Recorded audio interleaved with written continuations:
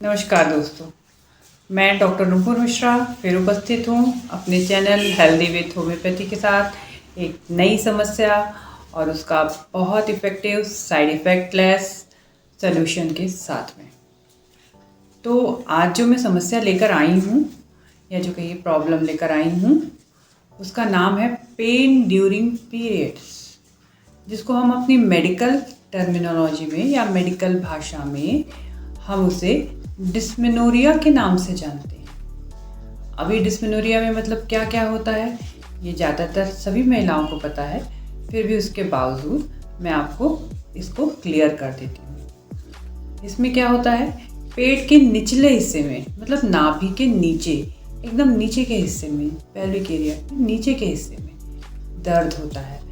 Pen के प्रकार अलग अलग तरीके के हो सकते हैं, पर ज़्यादातर वो क्रैम्पिंग पेन होता है। क्रैम्पिंग पेन मतलब मरोड़ के साथ भी दर्द होता है। और सिर्फ पेट में या पेट जिसको हम कॉमन लैंग्वेज की भाषा में पेडू बोलते हैं उसमें दर्द होता है, बल्कि उसके साथ साथ आपकी थाइज में मतलब जांघों में, पैर में, पैर की पिंडलियों में, कमर में भी दर्द रहता है।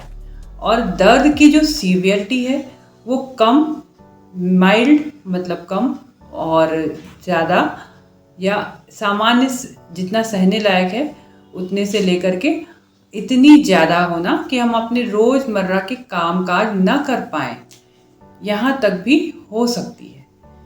तो ये आपको मैंने बता दिया कि जो पीरियड का पेन होता है या डिस्मेनोरिया होता है क्या होता है, किस तरीके से उसमें दर्द होता है।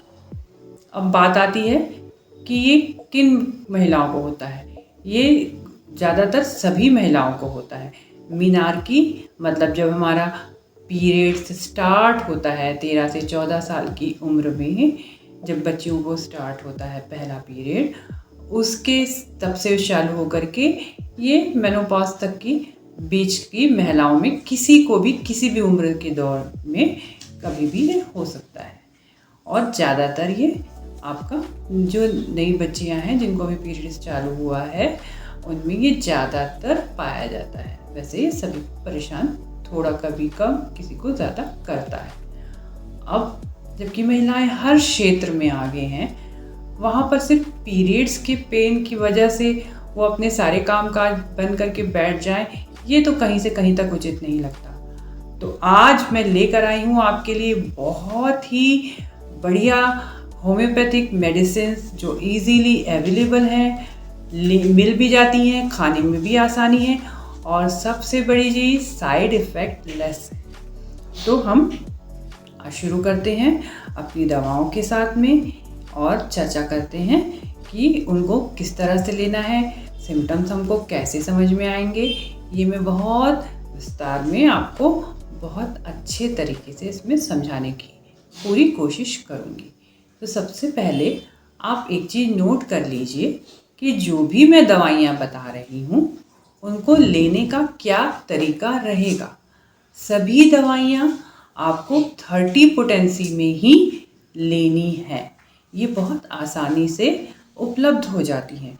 इनको आप ग्लोब्यूल, जो छोटी छोटी साबूदाना जैसी गोलियाँ हर कोई जानता है होम्योपैथिक में मिलती हैं, उसमें बनवा करके आप किसी भी होम्योपैथिक फार्मेसी से ले सकती हैं, या फिर आप डाइल्यूशन फॉर्म में भी ले सकते हैं। ये 30 ml के डाइल्यूशन में बहुत आसानी से हर होम्योपैथिक फार्मेसी में उपलब्ध है। और ये जो दवाइयाँ हैं इनको कोशिश करिए कि सील पैक ही लें और ऑथेंटिक किसी जानी पहचानी कंपनी की ही लीजिए। ये तो हो गई दवाइयाँ किस तरीके से आपको लेनी है। अब इनका मात्रा और खुराक के बारे में आपको बता रही हूँ। तो सभी दवाइयों को लेने का तरीका बिल्कुल एक जैसा है। दिन में 3 से 4 बार, बहुत ज़्यादा तकलीफ होने पे 5 से 6 बार या 3-3 घंटे में भी उसे रिपीटिशन कर सकते हैं। गोलियों के फॉर्म में अगर आप बना करके लेते हैं तो सिर्फ एक गोली दिन में 4 से 5 बार या 3-4 बार आपके पेन की सीवियरिटी पर डिपेंड करता है, उस हिसाब से ले सकते हैं। कभी कभी ये होता है कि हमारा पेन बहुत ही ज़्यादा होता है और जो अनबियरेबल होता है उस परिस्थिति में आपको क्या करना है, यदि आपने गोलियों के फॉर्म में लिया है तो आधा कप गर्म पानी में 15 से 20 गोलियां आपको डाल के डिज़ोल्व कर लेनी है। और यदि लिक्विड के फॉर्म में लिया है तो आपको आधा कप गर्म पानी में 10 बूंद उस डाइल्यूशन को 30 पोटेंसी के डाल लेना है। और करना क्या है, हर 5 से 10 मिनट में एक एक चम्मच ले करके उसे ख़त्म करना है। आप पाएंगे कि आपको चमत्कारिक रूप से रिलीफ मिल रहा है। तो ये तो दोस्तों हो गया दवाइयाँ कहाँ से लेनी है, किस तरह से लेनी है और दवाइयों की डोसेस क्या रहेंगी और बहुत सीवियरिटी में कैसे लेनी है। अब बारी आती है दवाइयों के नाम की, तो आप नोट करिए। पहली दवाई का जो नाम है मैग्नीशिया फॉस्फोरिकम, जिसे कॉमन बोलचाल की भाषा में हम मैगफॉस भी बोलते हैं। पोटेंसी वही 30 रहेगी। कैसे समझेंगे कि ये कब लेनी है?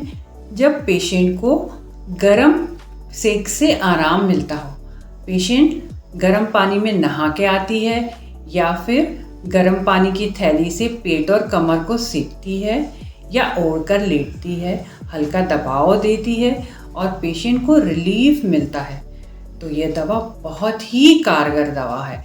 आप पाएंगे कि इसमें पेट के निचले हिस्से में दर्द होता है, आपकी जांघों में और आपके पैर की पिंडलियों में, जिनको हम काफ मसल्स बोलते हैं, पेशेंट को काफ़ी क्रैम्प्स होते हैं, कमर में भी दर्द काफ़ी अनुभव होता है।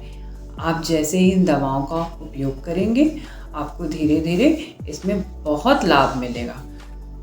आपके पीरियड शुरू होने के 2-3 दिन पहले से भी अगर इन दवाओं को आप उपयोग में लाना शुरू कर देंगे तो आप पाएंगे कि आपके दर्द की जो तेज़ी है उसमें कमी आना शुरू हो जाएगी।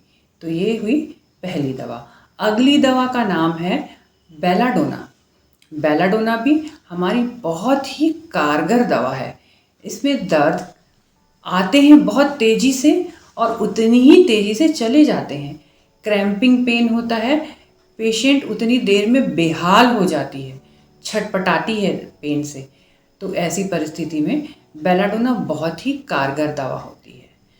अगली दवा है कोलोसिंथ। कोलोसिंथ दवा भी बहुत ही अच्छी दवा है डिस्मेनोरिया के पेशेंट्स के लिए। पोटेंसी वही 30 रहेगी। ये कब लेना है?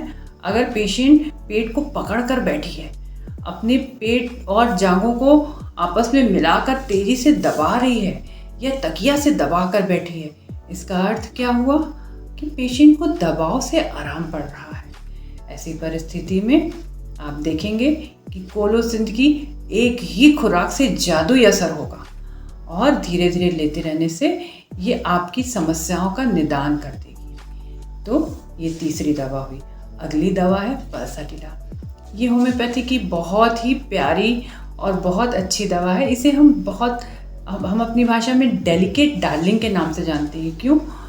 स्कूल गोइंग गर्ल्स, नाजुक सी लड़कियां जिनको अभी अभी पीरियड स्टार्ट हुआ है, मीनार की है या लेट पीरियड शुरू हुआ है उनकी बाकी साथ की लड़कियों के मुकाबले में, और पीरियड आने के 2-4 दिन पहले से वो बेहाल हो जाती हैं डिस्मेनोरिया से, पीरियड के पेन से, पेट में दर्द, कमर में दर्द और साथ में सबसे बड़ा सिम्टम्स ब्लोटिंग, पेट का फूलना।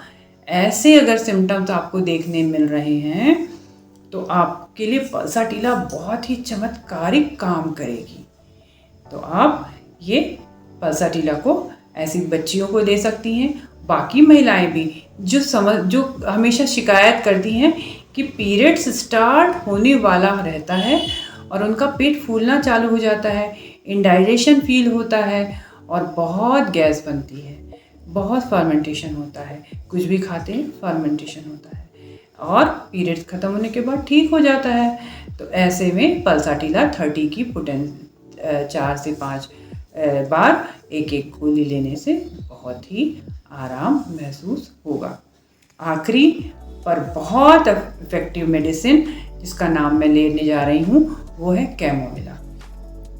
ये उन महिलाओं में सबसे ज़्यादा फ़ायदेमंद होती है जिसमें पीरियड्स में पेन के साथ, मतलब पेटू में, कमर में और पैरों में दर्द के साथ साथ मूड स्विंग्स पाए जाते हैं। बहुत चिड़चिड़ाहट, बहुत ज़्यादा जिद्दीपना और चिड़चिड़ाहट इस प्रकार को देखने को मिलता है।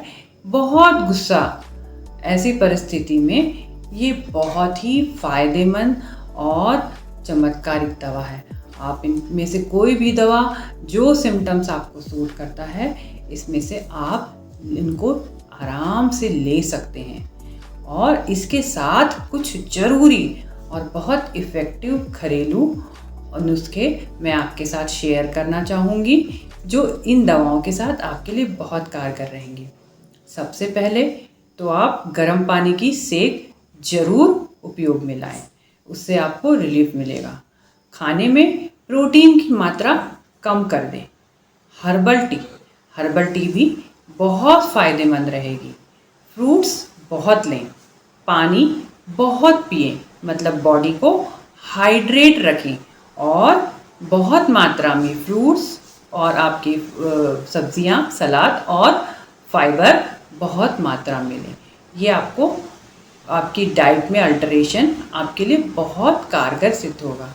उसके साथ वॉकिंग करिए, एक्सरसाइज करिए और योगासन और प्राणायाम। मूड स्विंग्स के लिए आप मेडिटेशन और डार्क चॉकलेट का उपयोग कर सकती हैं। आप देखिएगा कि इन दवाओं के साथ अगर इन चीज़ों का कॉम्बिनेशन बना लेती हैं तो सोने पे सुहागा होगा।